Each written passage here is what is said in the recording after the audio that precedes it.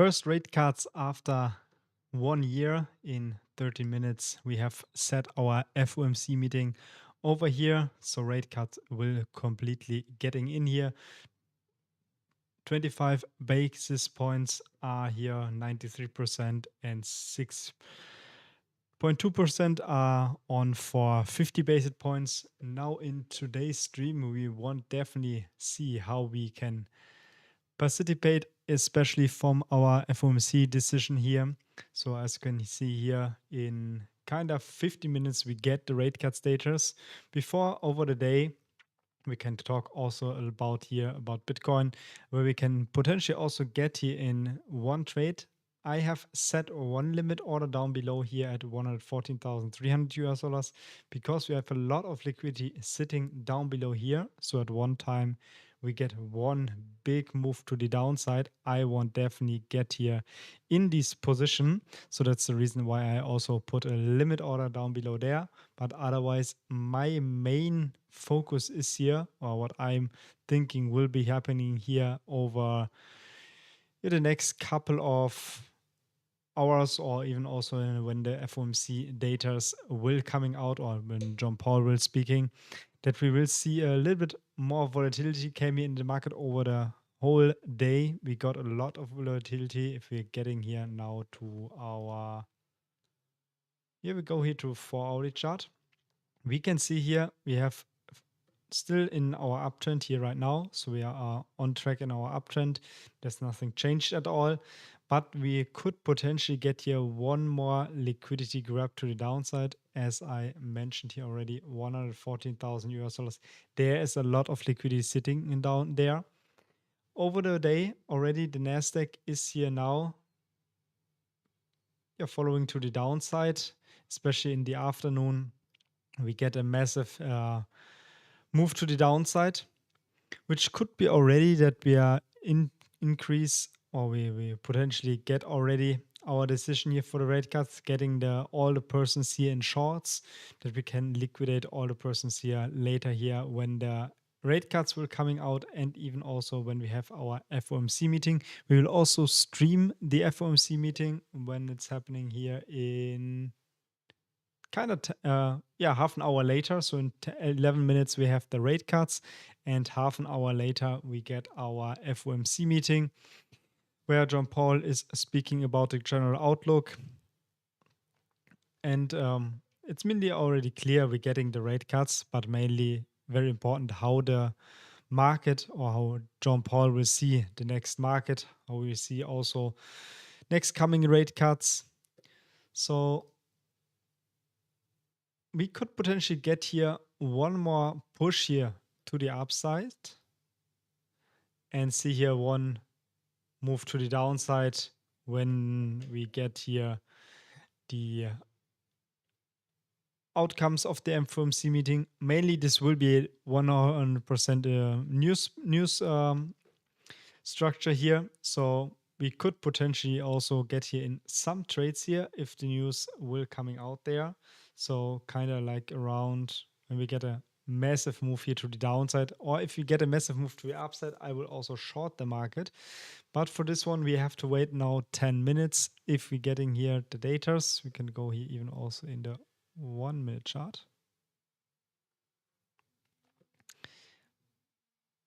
Next, what we can also see here on the Nasdaq. So I want to give you also my quick outlook here for the Nasdaq.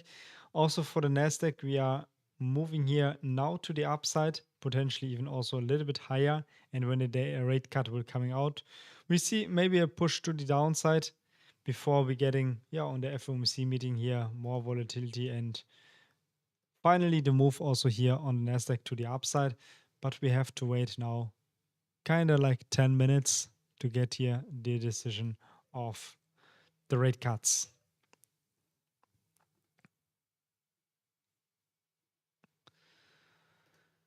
Otherwise, we are just rejected here from the 50 moving average here on the 15-minute chart, kind of to the dollar. So we are now again here on the way to the downside.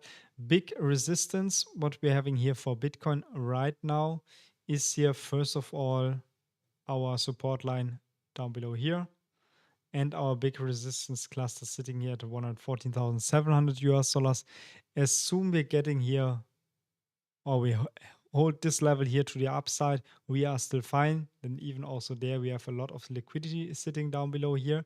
So as you can see here, 115,000 is building now a lot of liquidity here. And we have to keep in mind, we have also big liquidity coming up here now at $117,800, which remains that we saw here over the last couple of, where we go, yeah, over the last couple of hours, a lot of shorts coming here into the market. So next big resistance cluster is also on top of us. So let's mark also the resistance clusters here. So first of all, at $117,700, $107,700, so kind of like in this range. We have one big resistance cluster sitting, and even also, let's clone this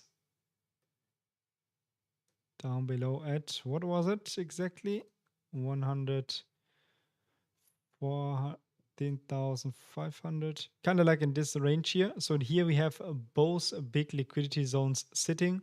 So I expect definitely over the next couple of minutes, we will flip here, or we will catch both liquidities. First of all, go some shorts out of the market here, fill this liquidity over there, also here, and then see something like this in direction to the upside. So this is what I'm expecting here right now. We will see how the market will react here in 8 minutes, what also the trades will potentially get here for the entry. As I shared you in the beginning, one limit order is already sitting here. Where is it? Let's put it away.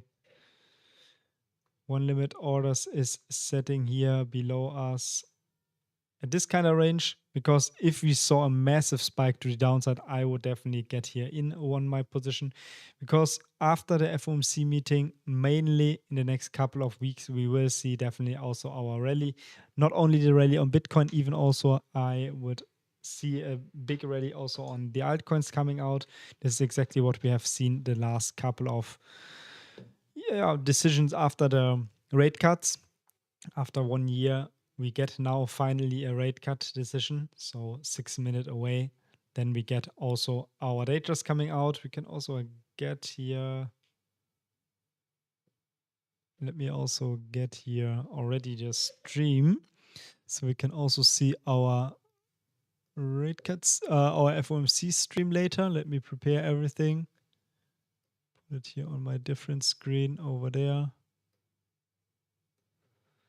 And also our news data.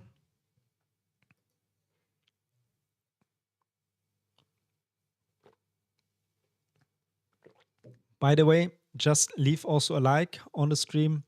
Subscribe to the channel. Every day I'm making here live updates completely around the crypto market. Give you also some live trades here. I'm not logged in my other account, but we also have some Bitcoin position already still running. So our entry price is here at around $112,000. So we're kind of perfectly in profit here. So even we will see a massive volatility came in the market, we will not stop out on our swing position. But today we want to see here if we're getting some scalp positions on Bitcoin. So that's the reason I set up other account, so we can also see if getting some trade entries kind of now definitely on the way in kind of range. They will see some rejected. Let's see it. There you can see in 5 minutes we have set our Fed rate decisions, and half an hour later our press conference. So we also live stream till the press conference is here starting like around half an hour. We have our next press conference sitting. Otherwise, Bitcoin is now here topping a little bit around. So you wait 5 minutes till we get here our rate cut decision.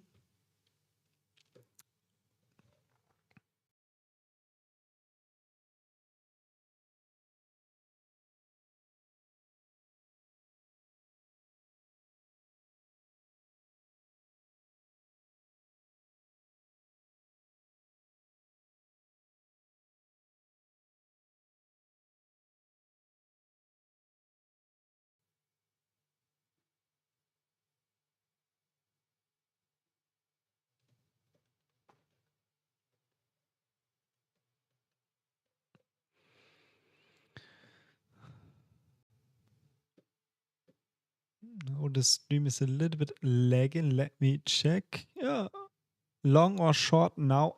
I potentially want to wait till the data is coming out.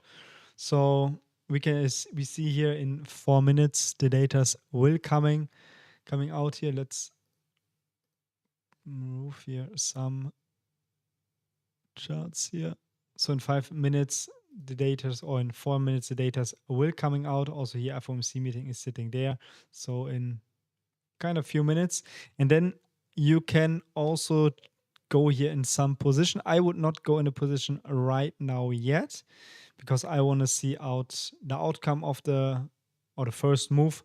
Most of all, or mostly the first move is the wrong move, so we can trade exactly the different mode. So if we see a massive pump here to the upside, I will also try to get here in some position. Or if we see here a small move to the downside, I will also catch here with some orders here for a buy position.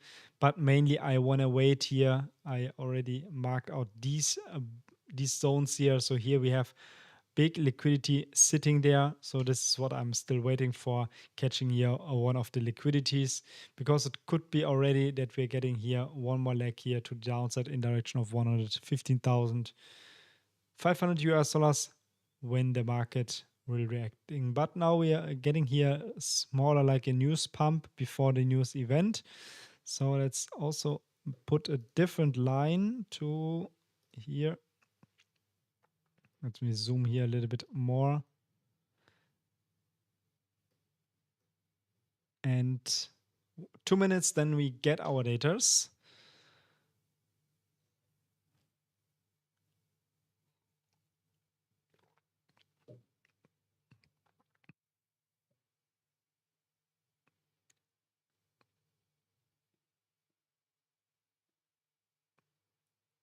It's more rejected now to the downside. If we get here to this resistance line down below here, there I will also get maybe in a long position.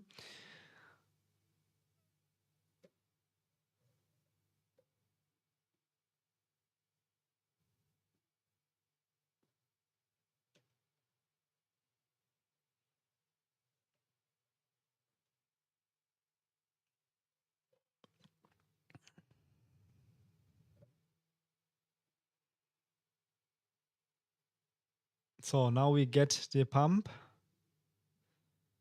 to the upside. Let's see if we get a news candle here. 1 minute still left when the datas are coming out.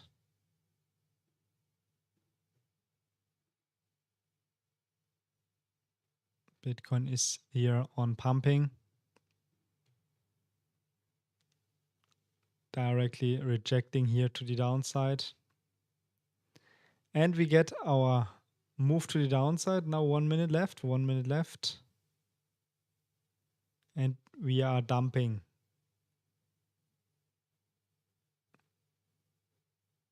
And we get our dump here. It looks like before we get the dump.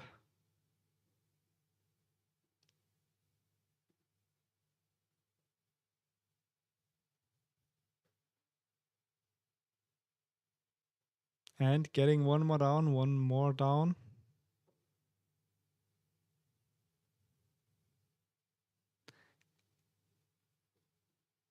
And we, let me remove this one.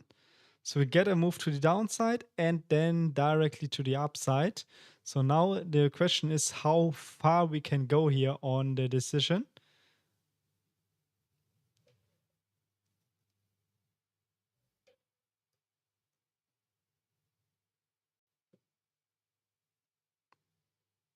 So Bitcoin is here pumping.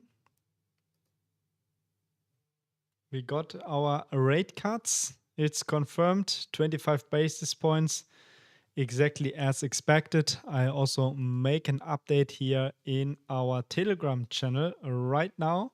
So if you're not part of the Telegram channel right now, definitely make sure to be part of our channel.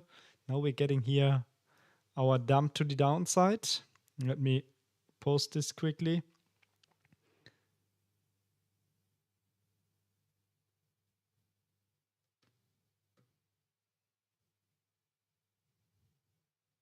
So we got a wick here also to the upside and even also to the downside. Let me post this here quickly.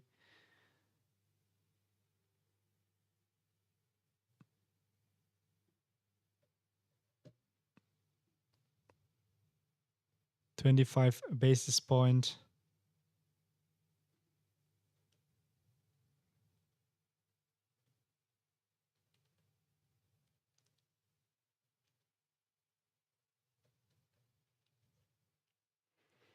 Let's also see here. Yeah, we have a green vector candle here on Bitcoin. So it could be potentially even also that we fill exactly this candle here to the downside. Mainly it remains also a little bit of the outcome of the FOMC meeting. FOMC meeting is here in half an hour. So we got here our rate cuts. Let's refresh this page quickly. I am bullish, yes. I'm definitely bullish on Bitcoin, but we could potentially also, but for this one we need to have broke here the resistance line on top of us at 170,500 US dollars to flip here completely bullish. So if you're flipping this level here to the upside, I'm completely bullish here for Bitcoin, because especially when we got a retest and break also here this level 120,000 US dollars, we should definitely see here continuation to the upside. So this is definitely what I'm looking here at. So as soon we're getting here the breakout, I will flip way more bullish. Now also the next candles looking straight bullish. So as soon we're taking out this high here, we expect also some more continuation to the upside. But we have to wait here now 27 minutes here until our FOMC meeting is scheduled.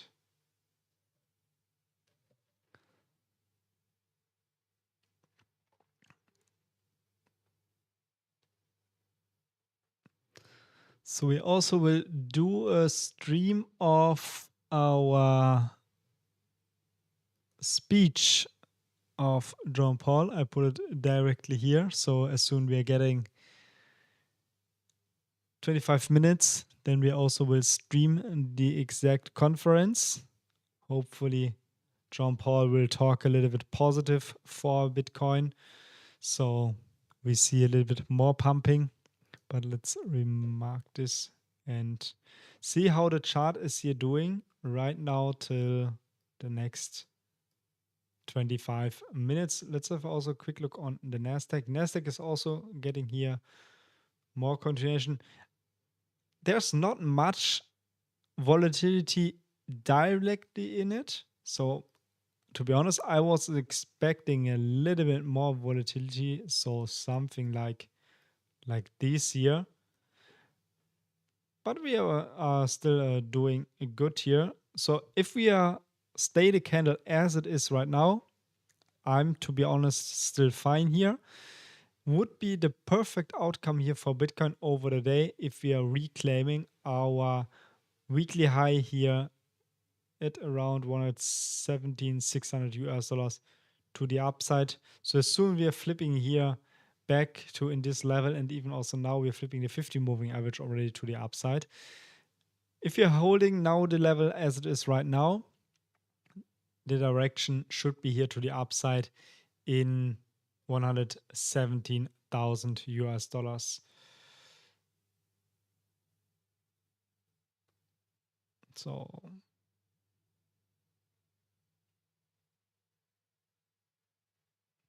let's quickly post this in our Telegram channel. By the way, if you're not part of the Telegram channel right now yet, just go in the video description. Go and also be part of our Telegram channel. So as you can see here right now, posting directly in our Telegram channel. Hopefully you are be part of the Telegram channel. There I also share a lot of information and even also some trade ideas. So last time we also post our send position over there.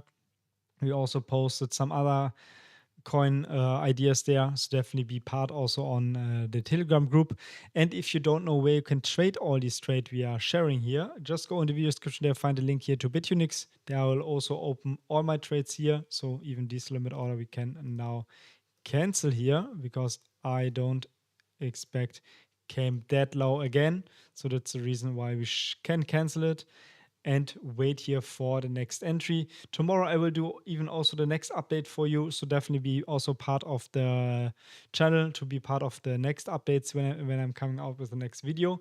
But for now, we have to wait now 25 minutes for the FOMC meeting. We will also stream the FOMC meeting. So let's see how it's doing on Bitcoin here. We can also have a quick look on Ethereum right now, because I forgot also to have a quick look on Ethereum. Let's go here for Ethereum. Oh, Ethereum doing very well, very well. Also 4-hourly chart, big O.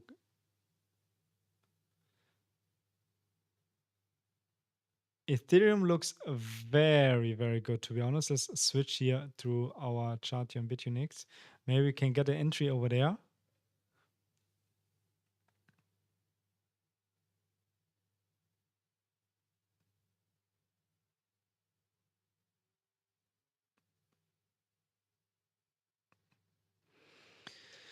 So, Ethereum.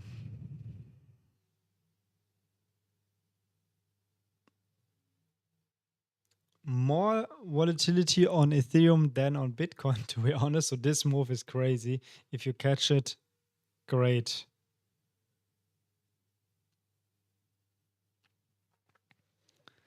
So let's see if we are getting here some trades here also on today's video. Otherwise, we have to wait a little bit for the press conference, how the press conference is here doing,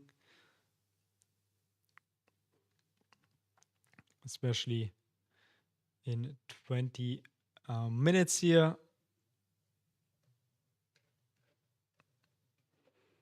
I'll also have a quick look here on my other screen.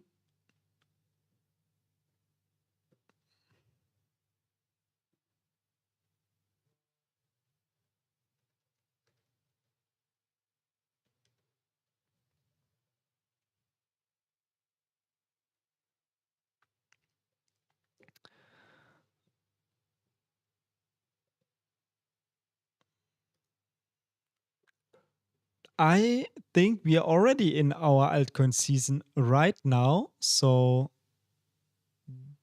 to be honest, we should be in an altcoin season right now already, because even if we are getting the altcoin season index,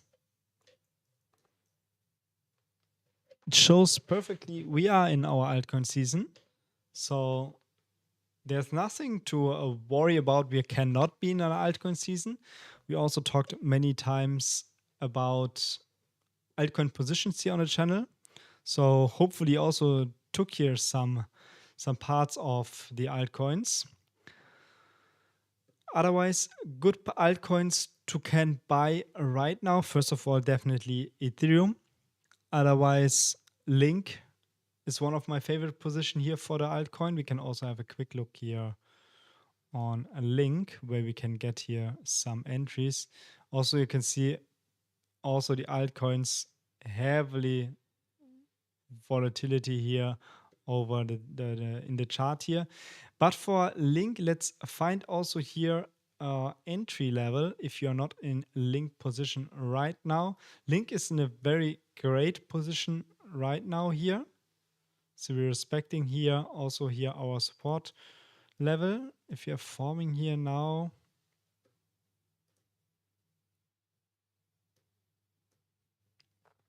yeah, we are kind of like here on the lower side of our support line. But if this support will break here to the downside, as you can see here, we have this support level here. We could potentially drop here one more down in this kind of range. But in between these ranges, is a good position to get here in a link position. So these levels are perfectly here for some accumulation for link. Otherwise, as I told before, Ethereum is definitely also a position where I will a little bit get more in, because here on Ethereum, let's go here to our 1 hourly chart. I can show you. We are building here. So we have here our resistance line, our support line down below there. And we are forming this triangle here right now. And in kind of end of September till end of September, 22, 25 September, we definitely have to see here breakout, and the target zone for Ethereum would be here. If you're breaking to the upside, so kind of around middle of September, end of September, would be here around 5,500 US dollars, kind of more than my actually target, as you can see it here right now on our triangle over here. So the target is even higher if we count the target as it is right now. So if we extend our triangle a little bit to the upside, so here we saw already our breakout with a target zone here of the top of the triangle, which is around 4,800 US dollars. But if we count it a little bit longer and see not a breakout today, the target zone would be changed a little bit and gave you in the direction of 4,500 US dollars to the upside, which is definitely even more bullish here on Ethereum. By the way, I have to check every time on the different chart here, because in 15 minutes our press conference is starting and we don't want to forget also our press conference over there. Next coin for our altcoin run is here Solana. Solana is super strong here, exactly here on the 1 hourly chart. We are respecting here our resistance line to the upside here on this kind of level, and as soon we're breaking this resistance line, Solana should be also getting here into higher levels. So even if we are breaking right now also Solana to the upside, just with the wick. So as soon we're breaking here to the upside with a retest, so something breakout and so break, retest. Well, it's not possible. So let's take this one if it's not loading. So with a retest, breakout, retest, and then the move to the upside. Top of the range would be our first target here in direction of the upside, and otherwise next target zone for Solana, if you're also getting here now a triangle, would be here around kind of like here.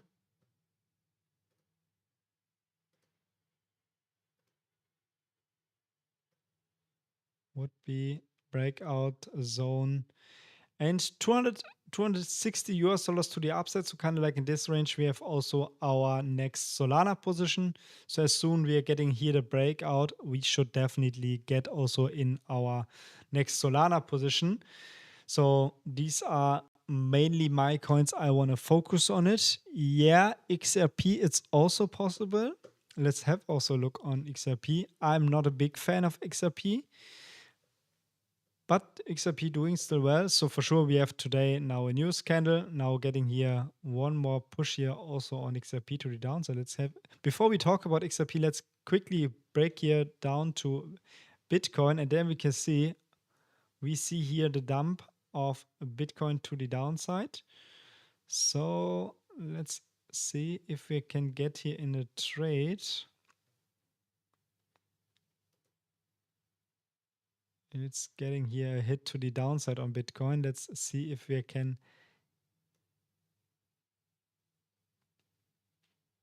If we are getting here this candle filled again, but it's very bullish, to be honest. It's super, super bullish right now. So we are perfectly getting here buy pressure in our Bitcoin. If we fill this wick here one more time to the downside, we can also get here in one more position. So let me set here a limit order.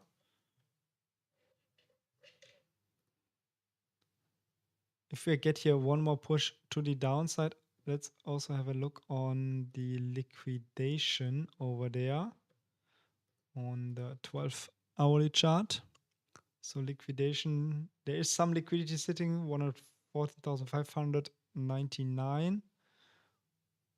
140, what was it? 114,599. Kind of like here. So let's put here this limit order. Let's leave the limit order here. So if we are getting here one more leg here to the downside, we should be in. But otherwise, my main target here for Bitcoin should be here the reclaim of the 50 moving average. And we filled exactly the liquidity. If you're still watching here from the beginning, we talked exactly about this liquidity that we was expecting. Fill the liquidity here down below and then get in direction of the next liquidity here sitting on top of us. When we're going here to the 3-daily chart to the upside. Main liquidity is sitting here at $170,700. So there could be the next move also getting here into this liquidity zone. So something like this in direction. So if you position yourself exactly as I told before in these zones here, you should be already in profit. Move your stop loss to break even. Protect yourself that you are not get stopped out here. But otherwise, if you're not in a position right now, just wait. Because I think over the FOMC meeting, we will see a little bit more volatility also getting into the market. So we can get also in some other position. But otherwise, if you're not get filled here right now, I'm not much worried about it, because when we're going here to the 4-hourly chart, we are following our uptrend here to the upside. So it means we only get here one liquidation candle to the, or liquidation wick to the downside, and continue our uptrend to the upside. As you know already, after all the FOMCs and the rate cuts in the next following weeks, we saw massive moves here on Bitcoin and even also on the Nasdaq. By the way, we can have a look on the Nasdaq.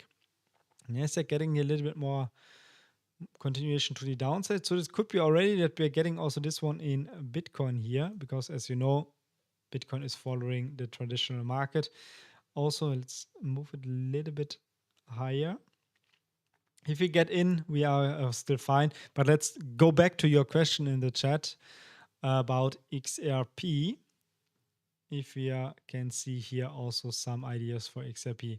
XRP in general for the bull run, definitely a good trade here, especially if you're looking here for a swing position. So as soon we're getting here the breakout, let's go here to the 4-hourly chart.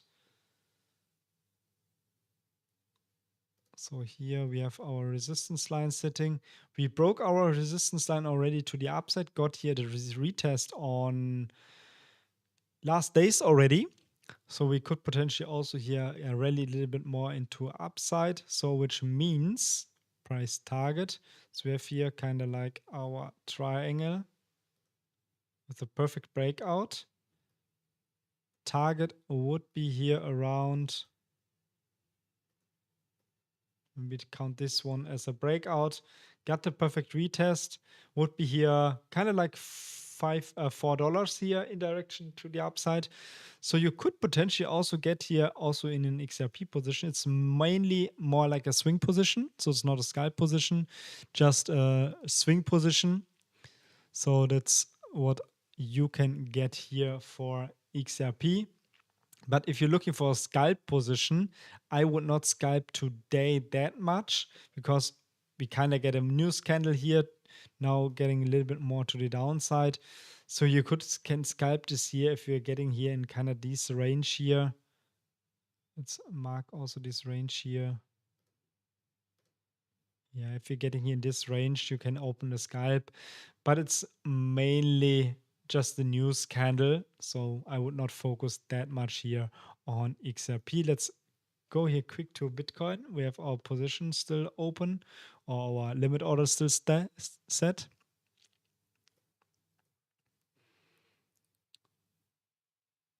So Now we're getting here a little bit more continuation to the downside. It will be very likely we fill our vector, our not vector candle, our wick here to the downside, because mainly all these wicks will get filled. We even saw it here before. We have here this wick, the wick get filled. We have another wick created, the wick get even also to 50% filled. So at least the candle will be filled here to 50% in direction of 115,000 US dollars. But let's see how the FOMC meeting is now getting started. So 10 minutes left or 9 minutes left, where the meeting will be starting.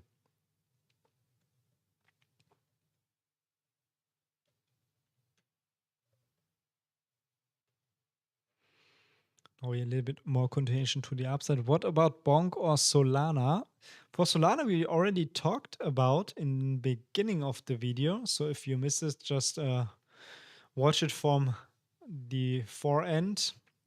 Here on the 4-hourly chart, we have here our triangle on the way to our breakout. So the breakout should be here happening in the next couple of days, like in middle of and end of September. So here in the next couple of days, we should see here also a breakout on Solana. When we have a little look on Bonk, also have a look there. Mainly Bonk will also move when Solana will moving. So also here, not that. Also, Bonk is doing very well over the day. So we are expecting for Bonk here our uptrend here to the upside. Even also during the news, perfectly on track to the upside. So as soon we're getting one more touch here on Bonk to the downside, this perfectly for a re-entry. Price target would be mainly here, first of all, this high here. And otherwise, you should also get here this kind of range here in top of $0.038 here in kind of this range, which gave you from now a price target at around 40% to the upside, which means with 10x leverage should be 400%, which is definitely a good ratio. As soon as we're breaking here these resistance line to the upside, expect a massive move here on Bonk. So you can count this even also here as a triangle.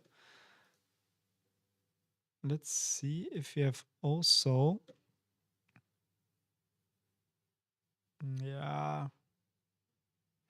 we found here perfectly our support down below here. But let's see here.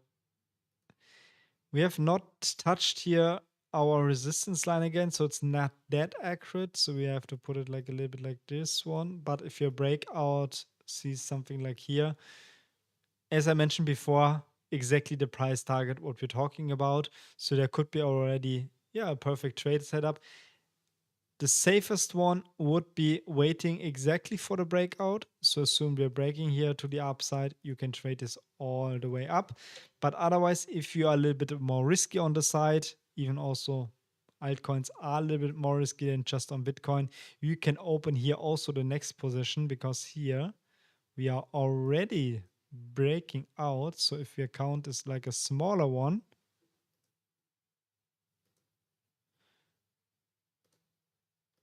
we have here a smaller triangle, but let's have here the Powell in the beginning of the triangle.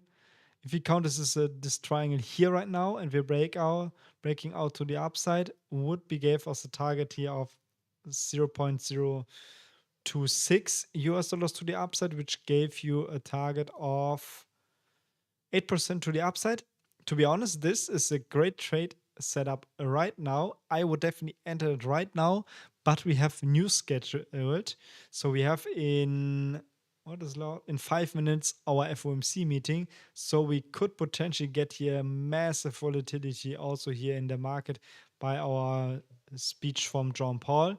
So otherwise, if you don't have news data coming out today, this is the perfect trade entry for us right now.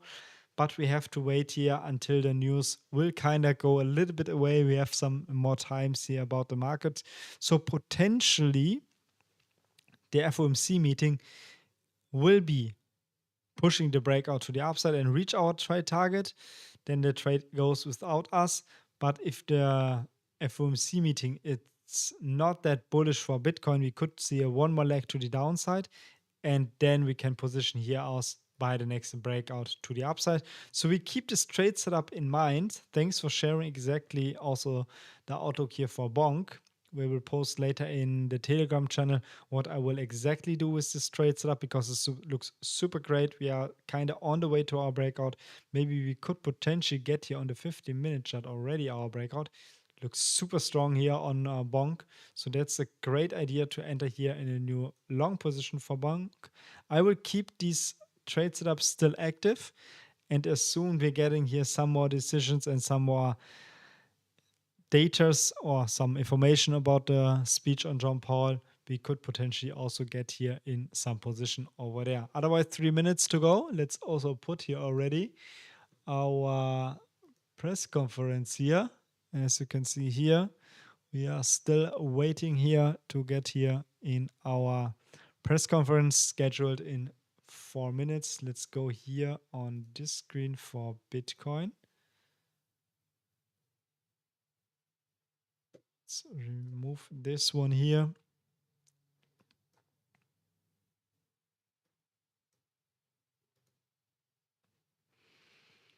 Maybe we can also get here in some quick position on Bitcoin if the meeting will come out. I will also put this chat here on this side because I want to see if somebody is texting us something in the chat.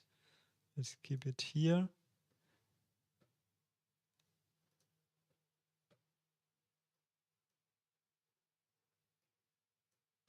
So now bullish momentum here on Bitcoin.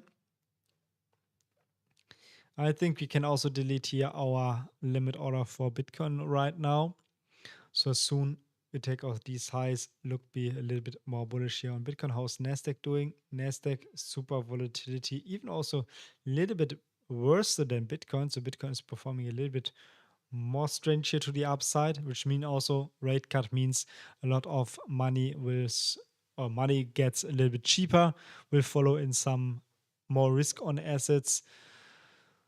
So let's see how the Powell meeting or how the Powell conference is setting here now. Let's make it a little bit bigger. So you can also see here when the conference is starting here in around 1 minute. Let's also put this. I think here this one should be already good. By the way, don't forget to subscribe to the channel, like even also the stream, that you never miss out of the next episodes coming out. I will do every day here live updates about the crypto market. We'll share you some information even about the trade setups and also for some trade ideas here. Can trade here all together because that's exactly my goal here for the channel. I just started to build the channel new, so that definitely would be more than happy if you subscribe and even also leave a like here on the channel. So let's see if the conference is starting. Let's refresh the page quickly. Should be already scheduled now. There we have it.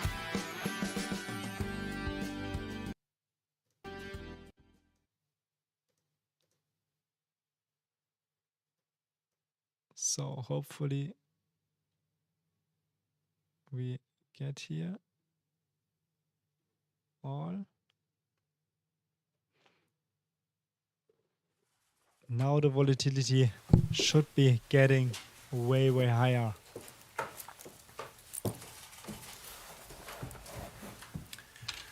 Good afternoon. My colleagues and I remain squarely focused on achieving our dual mandate goals of maximum employment and stable prices for the benefit of the American people. While the unemployment rate remains low, it has edged up, job gains have slowed, and downside risks to employment have risen. At the same time, inflation has risen recently and remains somewhat elevated. In support of our goals, and in light of the shift in the balance of risks, today the Federal Open Market Committee decided to lower our policy interest rate by 1/4 percentage point. We also decided to continue to reduce our securities holdings. I'll have more to say about monetary policy after briefly reviewing economic developments. Recent indicators suggest that growth of economic activity has moderated. GDP rose at a pace of around 1.5% in the first half of the year, down from 2.5% last year. The moderation in growth largely reflects a slowdown in consumer spending. In contrast, business investment in equipment and intangibles has picked up from last year's pace. Activity in the housing sector remains weak. In our summary of economic projections, the median participant projects GDP to rise 1.6% this year and 1.8% next year, a touch stronger than projected in June. In the labor market, the unemployment rate edged up to 4.3% in August, but remains little changed over the past year at a relatively low level. Payroll job gains have slowed significantly to a pace of just 29,000 per month over the past 3 months. A good part of this slowing likely reflects a decline in the growth of the labor force due to lower immigration and lower labor force participation. Even so, labor demand has softened, and the recent pace of job creation appears to be running below the break-even rate needed to hold the unemployment rate constant. In addition, wage growth has continued to moderate while still outpacing inflation. Overall, the marked slowing in both the supply of and demand for workers is unusual. In this less dynamic and somewhat softer labor market, the downside risks to employment appear to have risen. In our SEP, the median projection for the unemployment rate is 4.5% at the end of this year and edges down thereafter. Inflation has eased significantly from its highs in mid-2022, but remains somewhat elevated relative to our 2% longer-run goal. Estimates based on the Consumer Price Index and other data indicate that total PCE prices rose 2.7% over the 12 months ending in August, and that, excluding the volatile food and energy categories, core PCE prices rose 2.9%. These readings are higher than earlier in the year as inflation for goods has picked up. In contrast, disinflation appears to be continuing for services. Near-term measures of inflation expectations have moved up, on balance, over the course of this year on news about tariffs, as reflected in both market and survey-based measures.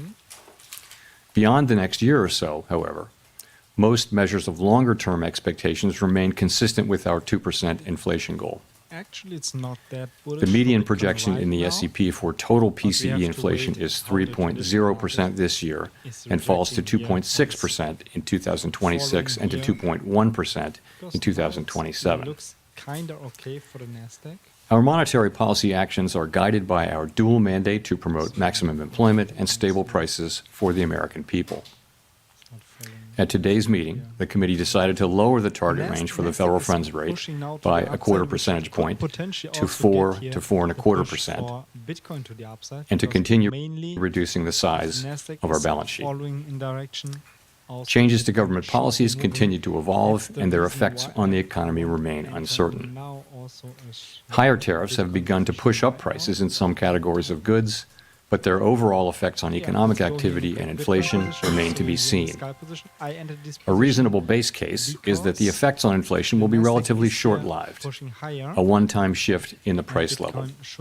But it is also possible that the inflationary effects could instead be more persistent, and that is a risk to be assessed and managed. Our obligation is to ensure that a one-time increase in the price level does not become an ongoing inflation problem. In the near term, risks to inflation are tilted to the upside and risks to employment to the downside, a challenging situation. When our goals are in tension like this, our framework calls for us to balance both sides of our dual mandate. With downside risks to employment having increased, the balance of risks has shifted. Perfect. Trade is in Accordingly, we profit judged right it now. appropriate at this meeting to take another step toward a more neutral policy stance. I will keep With the today's trade still decision, running. we remain well positioned to respond in a timely way to potential economic developments. We will continue to determine the appropriate stance of monetary policy based on the incoming I data, will keep my the evolving position outlook, running, so and I the will balance not of risks. get here into. I put a In our stop SEP, loss. FOMC participants wrote down their individual we see assessments of an super appropriate big path for the federal funds downside. rate, based on what each participant judges to be the most likely scenario for the economy. The median participant projects that the appropriate cancel level of the my federal funds rate will be 3.6% at the end of this Stop year, loss here because I wanna 3.4% rebuy at the end in of the position 2026, again. and But 3.1% let's at see the end of how 2027. the This path is meeting 1/4 going percentage on point here. lower But first than of all, we're projected still in a June. position, so in a bullish one. As is always the case, these individual forecasts are subject to uncertainty, and they're not a committee plan or decision.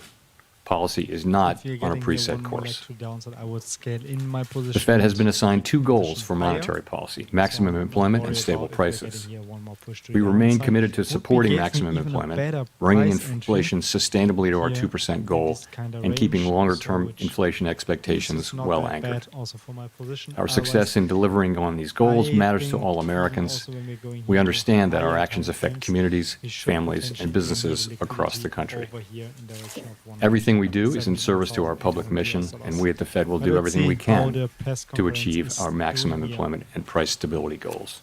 Thank you. I look forward to our discussion. So now comes the Great. important Thank part. you. 𝗕𝗏𝗏 𝗍𝗿𝗏𝗏, Associated Press.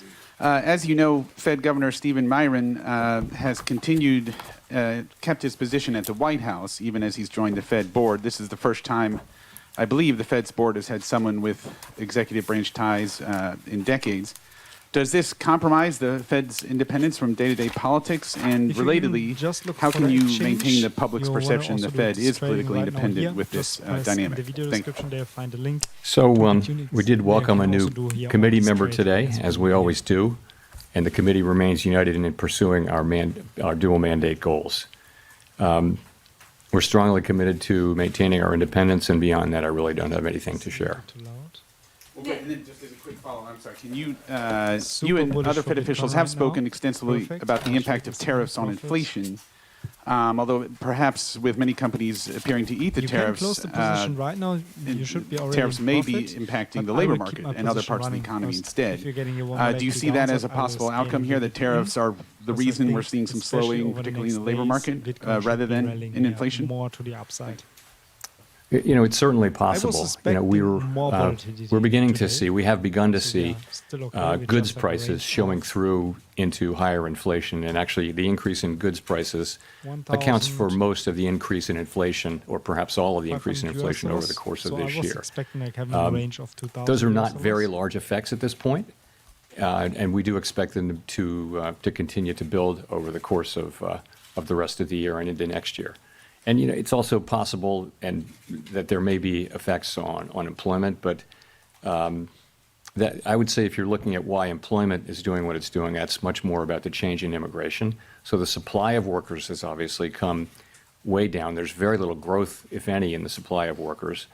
And at the same time, demand for workers has also come down quite sharply, and to the point where we see what I've called a curious balance. It's, you know, typically when we say things are in balance, that sounds good, but in this case, the balance is because both supply and demand have come down quite sharply. Now demand coming down a little more sharply because we now see the unemployment rate edging up. I will get here in. Nick Timmerosa, the Wall Street Journal. Chair Powell, do economic conditions and the balance of risks no longer warrant a restrictive policy setting? So I don't think we can say that. What we can say is this, that over the course of this year, we've kept our policy at a restrictive level, and people have different views, but a clearly restrictive level, I would say. So, and we were able to do that over the course of this year because the labor market was in very solid condition with strong job creation and all those things.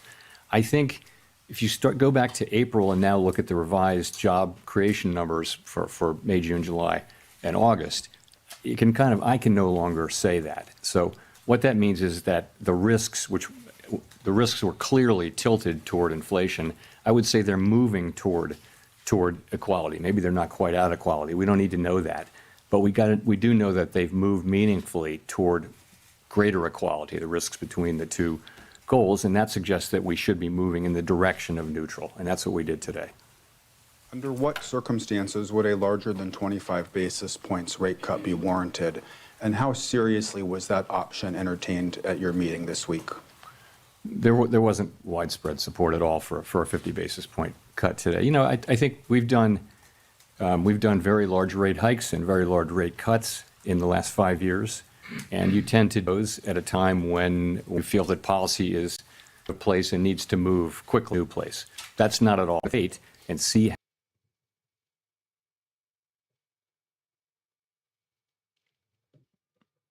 Oh, it's loading.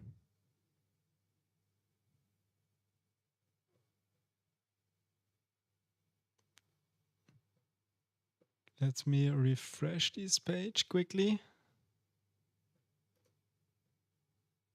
And see in place. I guess I'm just, trying to square the shift in the rate forecast in the SEP. Our limit order is on the way to filled here.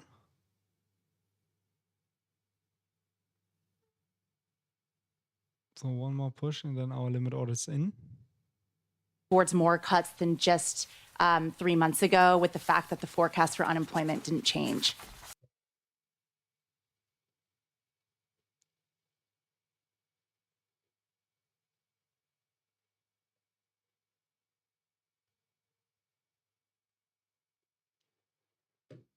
So we're kind of on the way to fill here. Yeah, I think you could think of this in a way as a risk management cut, because if you look at the SEP, I'm thinking to buy here now again in. Let's put here already to get a better entry. And assume we're getting here one more leg to the downside. I will also scale in my position.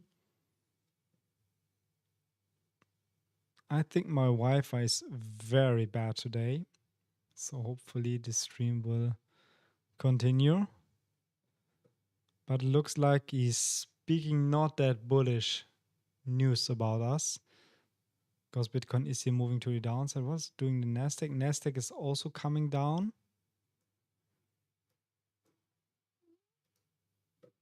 Reload.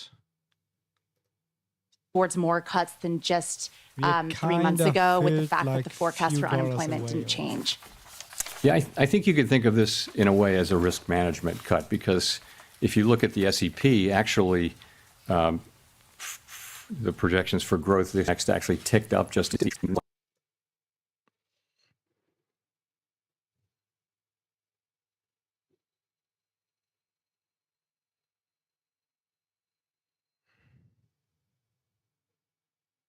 So on the way to fill here our order.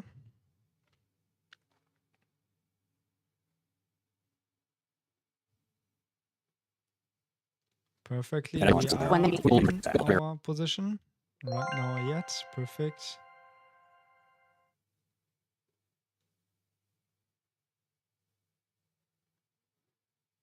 So let's see how outlook is coming out. So it's very negative for Bitcoin here right now. What is he talking?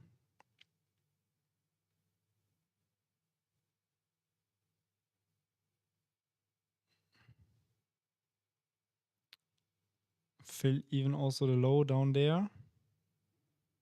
That's definitely not good at all.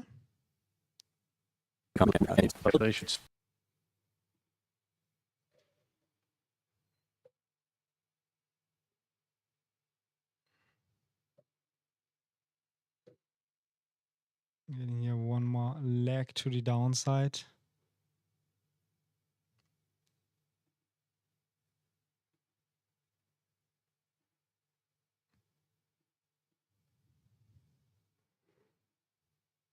Try to fix this.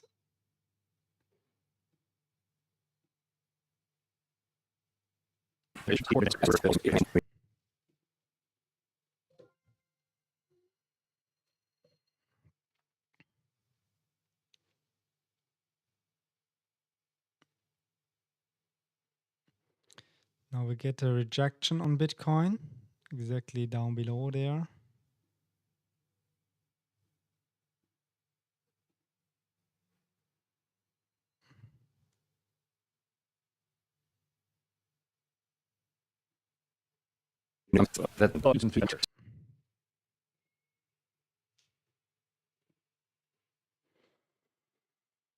Let's refresh this stream one more time.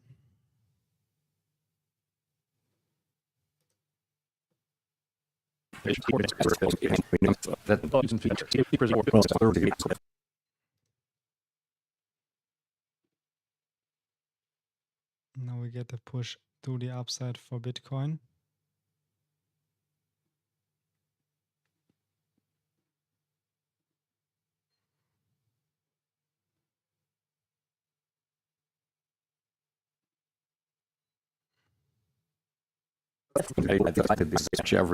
All the individual forecasts say that. We can't just assume that, though, right? We have to. Our job is literally to make sure that that is what happens, and we will do that job. Right now, the situation we're in is that we see inflation. We continue to expect it to move up, maybe not as high as we would have expected it to move up a few months ago. Trade is in profit again. The pass-through of the tariffs into inflation has been slower and smaller. The labor market has.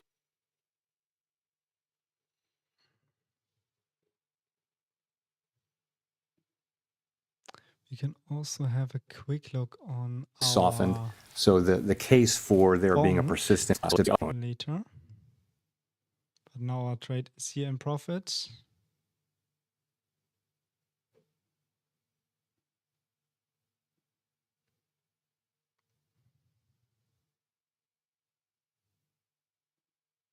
Why is the stream not loading?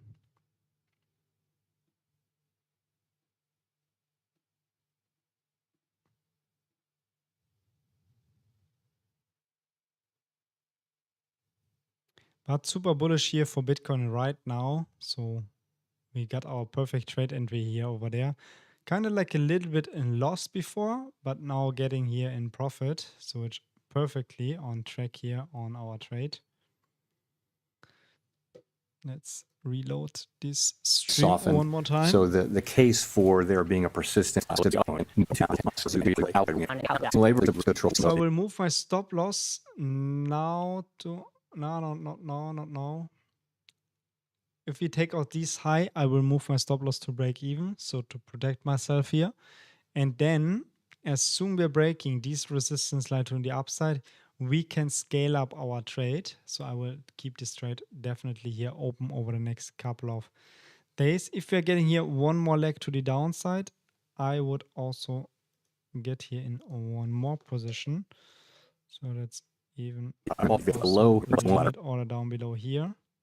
So as soon we're getting here these wick filled, I want to scale up my position.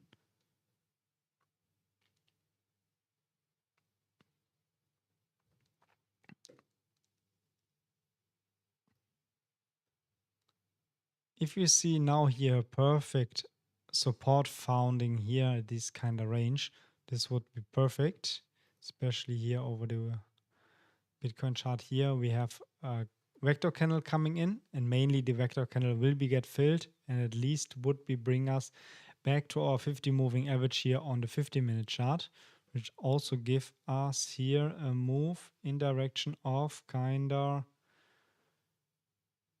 like 1% to the upside. Let's reload this page here. If this page is not reloading, we have to figure out how we can watch the stream, maybe also stream on YouTube, but otherwise we have to low.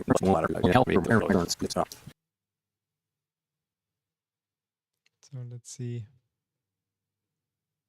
if the stream is here loading.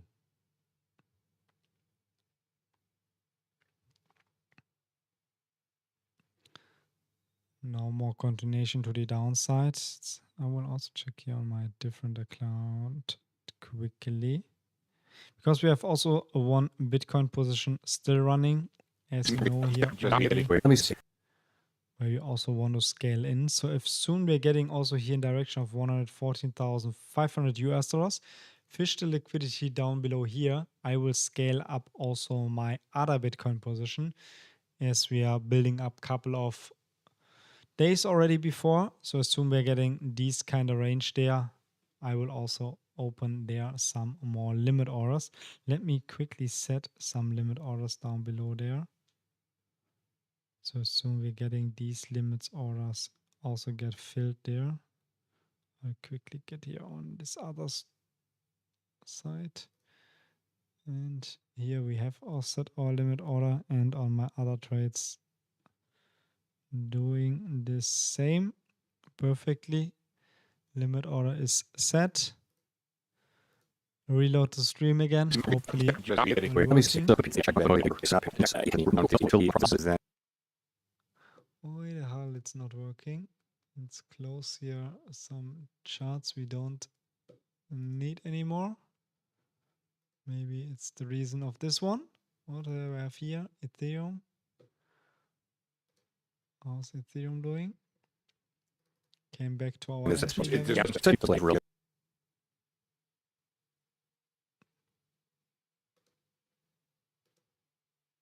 Nasdaq is, let's quick get here the indicators for the Nasdaq. Flipping here, super bearish here. Indicators are on top of us. 1 hourly chart. It's not. Nasdaq super continuation to the downside. Next resistance line will come in here. Kind of like the 200 moving average. So we could potentially also get here one more crazy leg here to the downside in the direction of the 200 moving average before we see here this move here to the upside, which means also Bitcoin will follow through a little bit to the downside, which means we can also position also on some other longs. We have set some limit orders down below 114,000 US dollars, so kind of like in this range here where our liquidity is sitting. So this is what I'm definitely waiting for, grabbing these liquidity to get in some long positions over there. I don't know what's happening with the stream here on my internet, because shows connection is doing stable, doing good, but I think the stream on the Federal Reserve Board is not loading that crazy.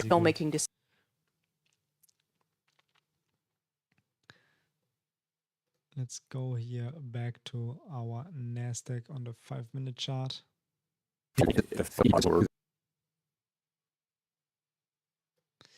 As soon we're getting support on the Nasdaq, also Bitcoin will here see some support come in.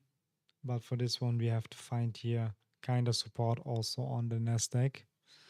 So we have to kind of wait until the market gets here a little bit more support in this kind of range.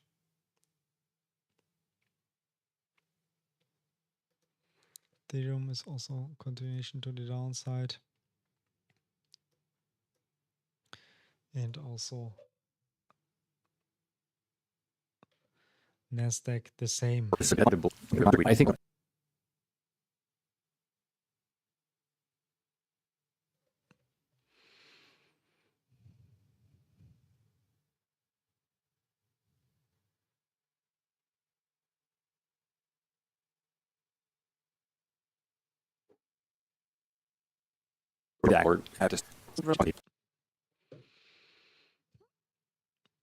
let's figure out if we get also a stream on YouTube from the Fed meeting.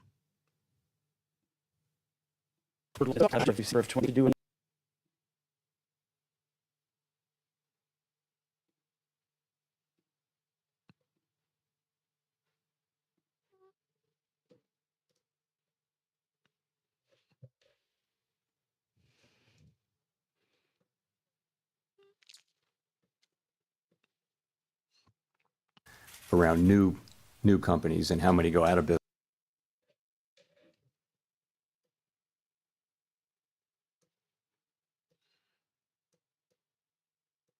So now here we go. Next try.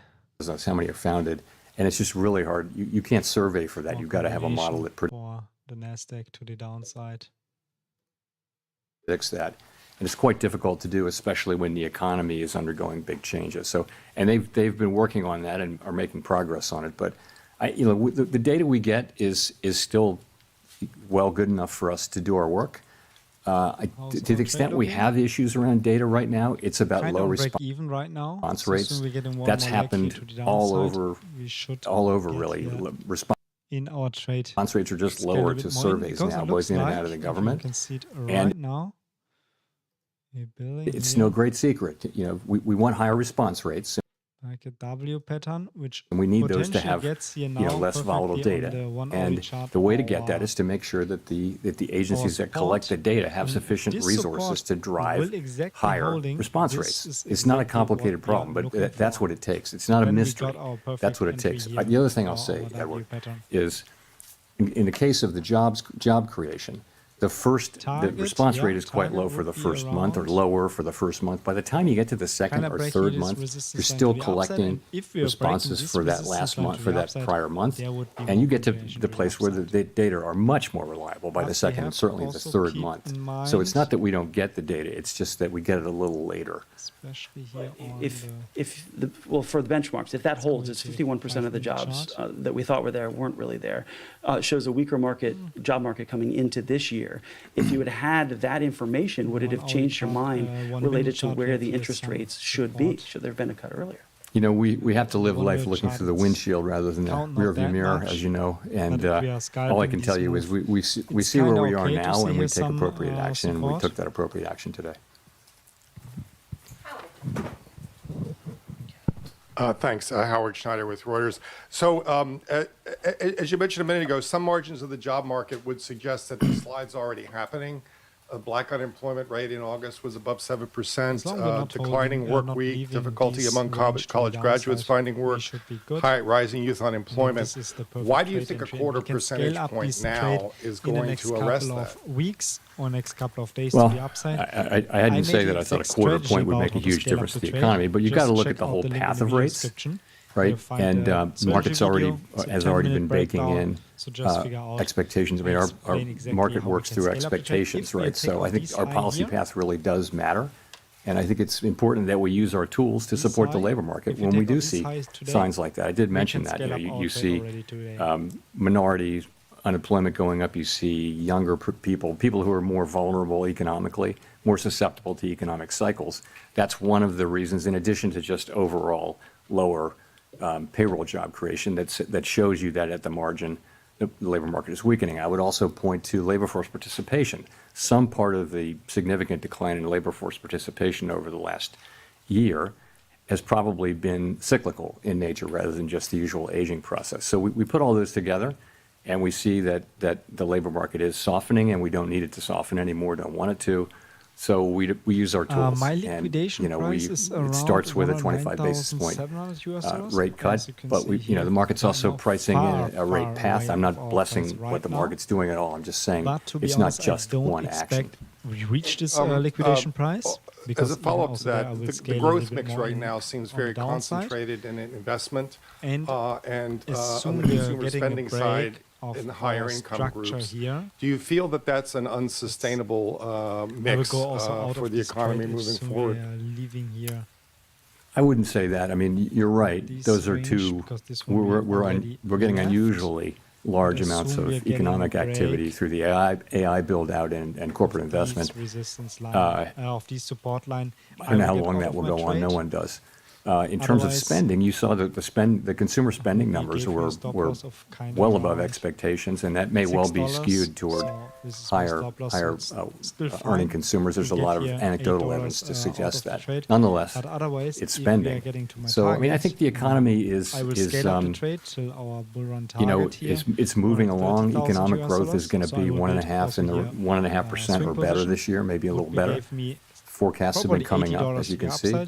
So labor market unemployment is low, but downside risks, but it's still a low unemployment rate. So that's how we see it. To risk here a little bit more in the speech here.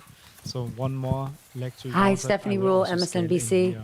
So my Treasury liquidation Secretary bias will Scott be go Bessent even has lower. said that the Federal Reserve suffers from mission creep and institutional bloat. He's now calling for an independent review. Would you support an independent review, or are you open to any sort of reform in any areas of the Fed? I, of course, am not going to comment on anything the Secretary says or really any other officer says. So in terms of reform at the Fed, we just went through a lengthy and I think Super very strong with successful these weeks process here. of updating Super strong. A lot of buy our pressure monetary came here. policy framework. I would say there's a lot of work going Perfectly on track. behind the So if you scenes break out these around high here, we should continue the in assets we have in the direction Federal around Reserve Bank, 15,000 Federal US Reserve dollars. system, and at the we have a board. lot of liquidity sitting at Are they the right 170,000 size? We're actually US going through a dollars. So keep this 10% in mind. If you are in a 10% trade here head with count us reduction together, perfect. through the whole We are Fed, now including great the in board profit. and all the We reserve can banks. close it, but I will The definitely leave trade employment open. at the Fed at the end of First that target will zone, if you be take out these high, basically at the then same we are level it absolutely was on more than track 10 here. years ago. So we will have had zero job growth for more than a decade when we're finished with that, and I think we'll probably do more than that. So I think we're certainly open to constructive criticism and ways to do our jobs better. But not an independent review? We're certainly open to to If it came always one trying to more do better. down to this resistance line here, to the support line. we Mr. can Chairman, open Neil also Irwin with another trade Axios. here. There's been some Because we debate have lately on whether strong AI support is line already here. starting to affect the labor market in seems terms like of we lower find labor here demand, our bottom high structure. productivity by contrast. Do you buy that? And if that is true, does that have implications for the monetary policy setting? So there's great uncertainty around that. I think my view, which is also a bit of a guess, but widely shared, I think, is that you are seeing some effects, but it's not the main thing driving it. And so particular focus on young people coming out of college. And yeah, there may be something there. It may be that companies or other institutions that have been hiring younger people right out of college are able we to take out use these AI highs, that more than direction they should had be in the clear. past. That may be part of the story.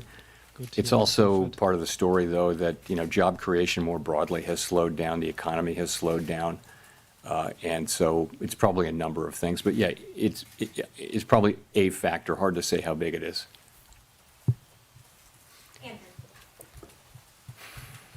Thanks, Mr. Chairman. What evidence do you see of tariffs showing up in inflation? Well, if you can take goods, just sort of the broad goods category. Let's talk And, about the price target last year, later. First of all, I Goods wanna inflation hear a was little bit negative. of our If you go back speech, 25 but years, main that was the target, typical if you're now thing, here was that breaking goods inflation was, our- goods prices So main generally went target for down, Euro even and adjusting for 130,000 quality. US dollars, I explain So later after that was the not the speech. case during the My pandemic, of exact course. target, Goods inflation went very high, but we had for essentially now, for the returned trade, to as you can see zero here, or slightly I negative inflation. found a perfect Now, I W think pattern goods here. inflation over the course of if the we are past breaking year is these 1.2%, W which doesn't sound like a neckline lot, here but it's a to the big upside. change. So we think, Price I mean, target of the W analysts have pattern different is views, but we think it's here contributing, Take neckline 0.3 or to ground. 0.4, something like that, to the current Here around core this PCE kind inflation of reading, which is resistance line over 2.9%. there. So And it's soon we're breaking contributing. these resistance line to the upside. What seems to be Expect also happening is in that, direction of 180, the tariffs are $16,000 not, mostly not and being around paid by $16,000 we have exporters, a lot of mostly liquidity being sitting. paid So by even there we can really even the also pump a little bit higher. companies So that these that sit my between the price exporter targets here and the for consumer. the So current if you composition right buy now. something and you sell it through retail or you use it to make a product, you're probably taking a lot of those costs on and not able to pass it fully along to the consumer yet. That appears to be what we're seeing. All of those companies and entities in the middle, they'll tell you that they have every intention of passing that through in time, but they're not doing that now. To the consumer, the pass-through has been pretty small. It's been slower and smaller than we thought. But the evidence is, it's very clear that there's some pass-through. I also wanted to ask if you could share with us the conditions under which you might consider leaving the Fed in May. I have nothing new on that for you today.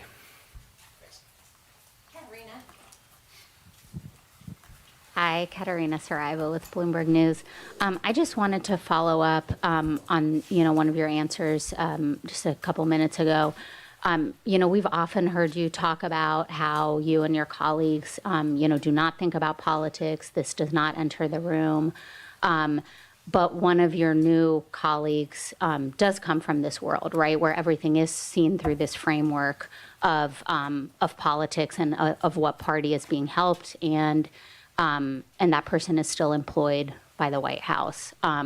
How can markets and the public interpret, Kind of 7% now in profit some of trade.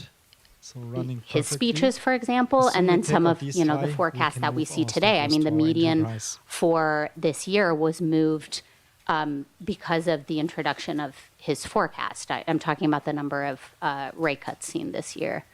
What do you say to markets and the public that are trying to interpret, what you guys are saying?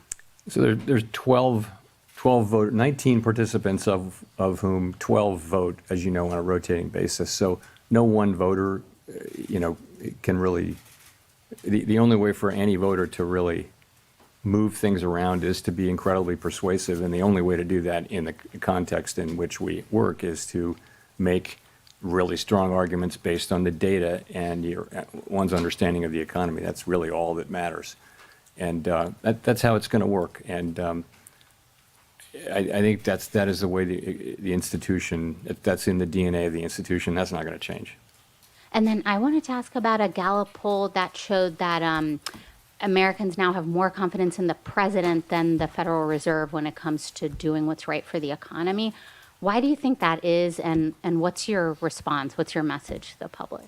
Our response is we're going to do everything we can to use our tools to achieve the goals that Congress has given us, and we're not going to get distracted by anything. So I think that's what we're going to do. We're just going to keep doing our jobs.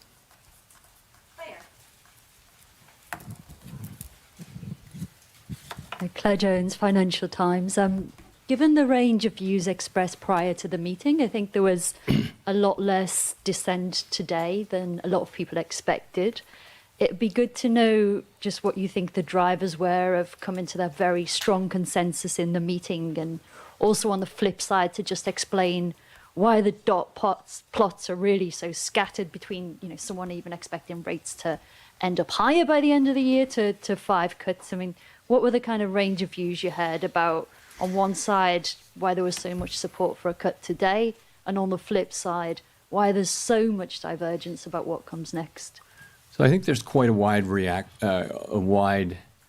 assessment that the situation has changed with respect to the labor market. Whereas we could still say, and did say in July, at the time of the July meeting, that the labor market was in solid condition, and we could point to 150,000 jobs per month and many other things. I think that the new data that we've had, and it's not just payrolls, it's other things as well, suggests that there really is meaningful downside risk. I said there was downside risk then, but I think that downside risk is now a reality, and there's clearly more downside risk. So I think that's broadly accepted. And so that meant different things for different people. Some wrote down, almost everyone wrote down, supported this cut. And some supported more cuts and some didn't, as you will see from the dot plot. So that's just the way it is. I mean, people have, you have people who take this work very seriously, think about it all the time, do their work, discuss it with our colleagues. We endlessly discuss this between ourselves, and then we have a meeting where we put it all out on the table, and this is what you get. And you're right, there's a range of views in the dots, and I think that's, like I said, very unsurprising given the quite unusual, historically unusual nature of the challenges that we face. But let's remember, though, the unemployment rate's 4.3%. The economy's growing at 1.5%. So it's not a bad economy or anything like that. We've seen much more challenging economic times. But from a policy standpoint, the standpoint of what we're trying to accomplish, it's challenging to know what to do. There are, as I mentioned earlier, there are no risk-free paths now. It's not incredibly obvious what to do. So we have to keep our eye on inflation. At the same time, we cannot ignore, we must keep our eye on maximum employment, which is those are our two equal goals. And you will see that there are a range of views on what to do. Nonetheless, we came together today at the meeting and acted with a high degree of unity.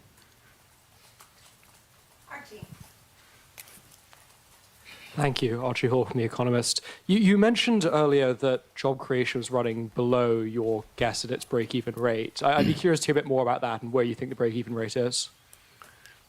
So there are many different ways to calculate it, and none of them is perfect. But it's clearly come way down.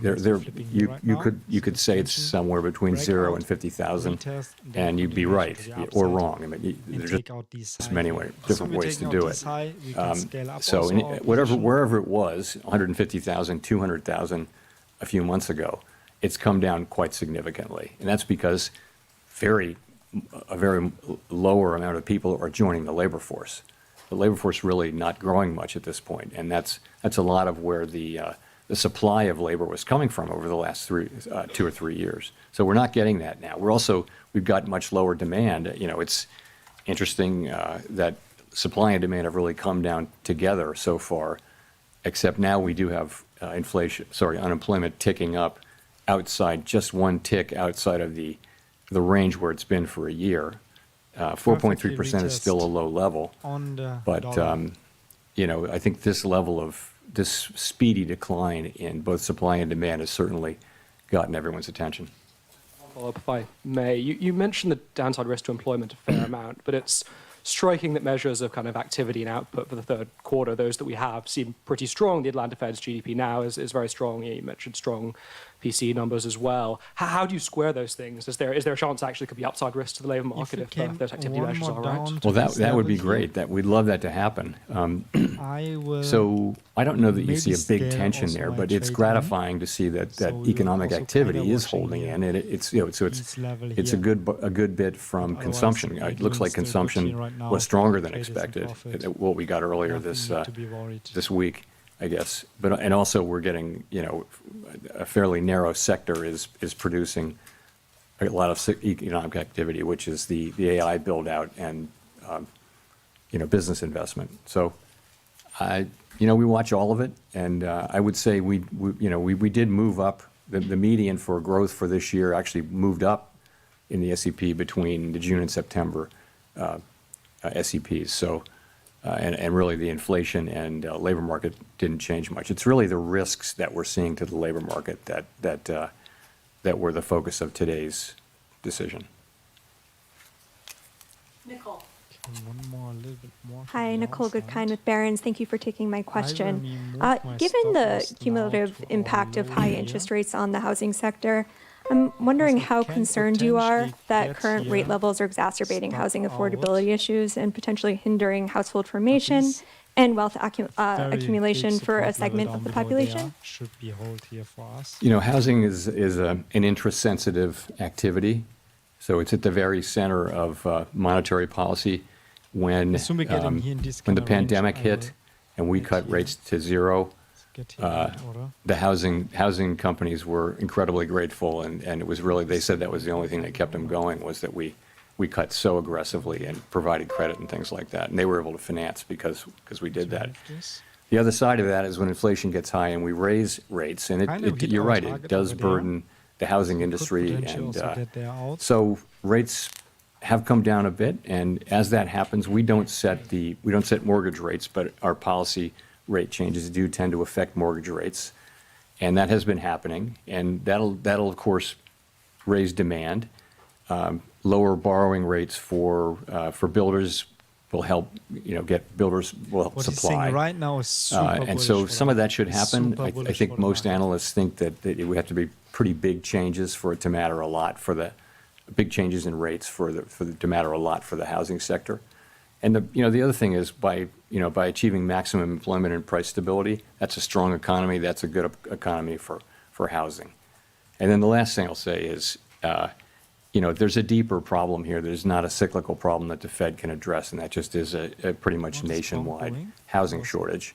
A lot of places in the country just don't have enough housing for people. And all of the areas around metropolitan areas like Washington, for example, are very built up, and so you're having to build farther and farther out, and so that's where it is.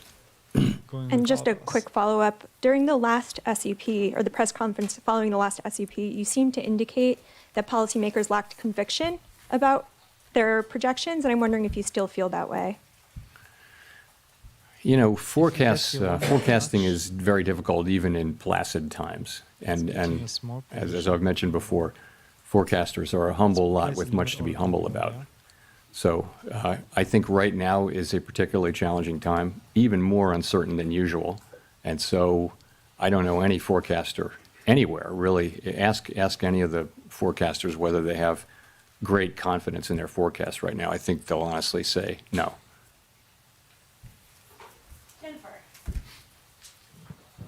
Thank you, Chair Powell. Jennifer Schonberger with Yahoo Finance.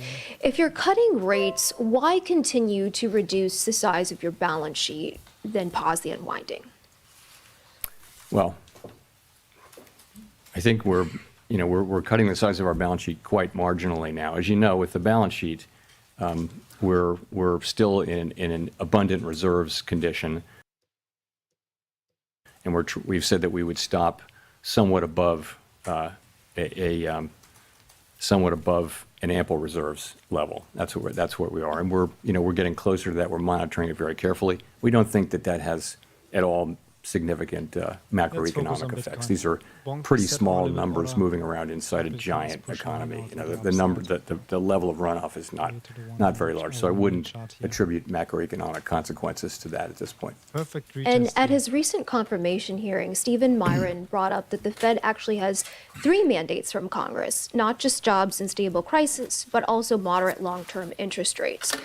So what does Congress mean by moderate long-term interest rates? How should we understand that when we see the 10-year Treasury moving? And how do you think about this part of the mandate when policy choices like rate cuts or balance sheet reductions affect the long end of the yield curve? Super strong. So we always think of it as the dual mandate, maximum employment and price stability, for a long time, because we think moderate long-term interest rates are something that will result from stable inflation, low and stable inflation, and maximum employment. So we haven't thought about that for a very long time as a third mandate that requires independent action. So that's where that is. And there's no thought of, as far as I'm concerned, there's no thought of considering that, considering that we somehow incorporate that in as something in a different way. Trading range. We should. Thanks, Chair Powell. 𝗏𝗏𝗡 from CNN. We recently learned that average FICO credit scores are down this year by 2 points, the most since 2009 during the Great Recession. And delinquencies are high for car loans, personal loans, credit cards. How concerned, if at all, are you about the health of consumer finances? And do you expect today's cut will help? So, we're aware of that. I think default rates have been kind of ticking up, and we do watch that. They're not at a level, I don't believe they're at a level where overall they're terribly concerning, but it is something that we watch. Lower rates should support economic activity. I don't know that one rate cut will have, a visible effect on that. But over time, a strong economy with a strong labor market is what we're aiming for, and stable prices. So that should help. Just to follow up, this rate cut is coming at a time when the stock market is at or near all-time highs, and some valuation metrics are elevated historically. Is there a risk that cutting rates could overheat financial markets, potentially fueling a bubble? We're tightly focused on our goals, right? And our goals are maximum employment and price stability. And so we take the actions that we take with an eye on those goals. Separately, and that's why we did what we did today. Separately, we monitor financial stability very, very carefully. And I would say it's a mixed picture, but households are in good shape, banks are in good shape. Overall, households are still in good shape in the aggregate, and I know that people at the lower end of the income spectrum are under pressure, obviously. But from a financial stability perspective, we monitor that picture, we don't have a view that there's a right or wrong level of asset prices for any particular financial asset, but we monitor the whole picture, really looking for structural vulnerabilities. And I would say those are not elevated right now. Jean, we'll go to you for the last question. Hi, Chair Powell. Jean Young with MNI Market News. I wanted to ask about inflation expectations. You've said the Fed can't take the stability of inflation expectations for granted. You mentioned at the short run they've gone up a little bit. I wonder if you can talk a bit about that. And then also at the long run, wondering, do you see evidence that the debate over Fed independence and the growing deficit is putting pressure on inflation expectations?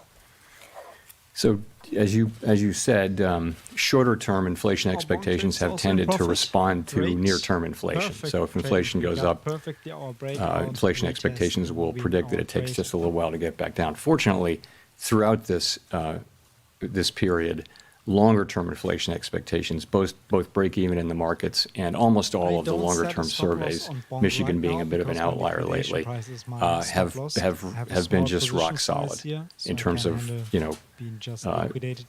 running at levels that are consistent with 2% inflation over time. So we don't take that for granted. We actually assume that our actions have a real effect on that, and that we need to continually show and also discuss our commitment to 2% inflation. And so you'll hear us doing that. But we're, as I mentioned, it's a difficult situation because we have risks that are both affecting the labor market and inflation. Those are our two goals, and so we have to balance those two. When they're both at risk, we have to balance them, and that's really what we're trying to do. Your latter part of your question was about independence. I don't see market participants. I don't see that that's something they're factoring in right now in terms of setting interest rates. Thanks very much.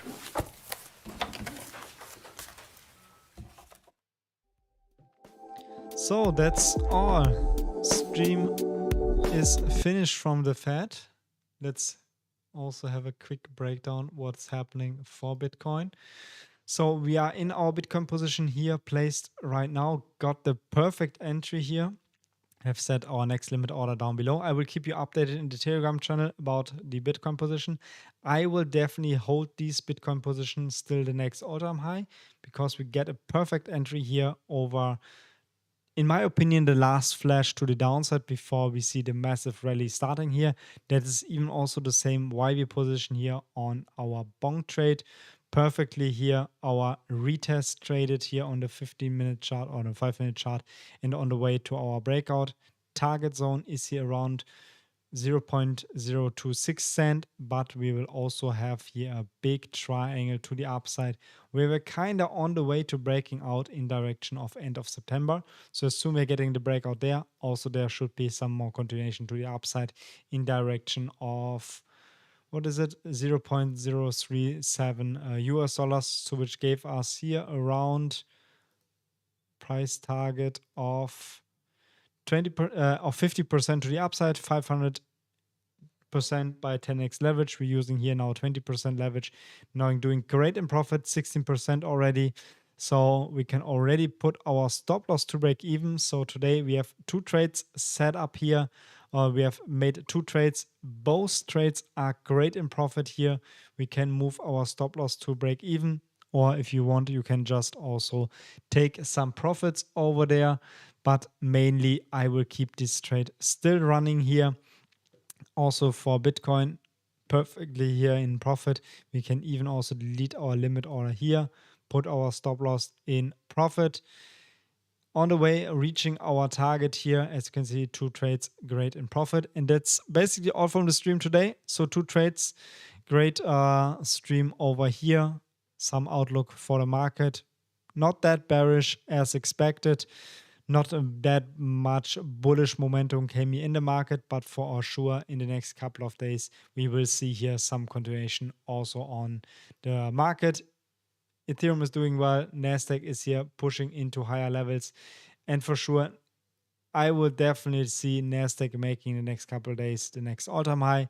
Hopefully, Bitcoin is doing the same. So that's the reason why we position here our trades. And as you can see here, just by ending the stream, we are hitting our first target zone over here. So bullish momentum for Bitcoin. Otherwise, don't forget to subscribe to the channel, like even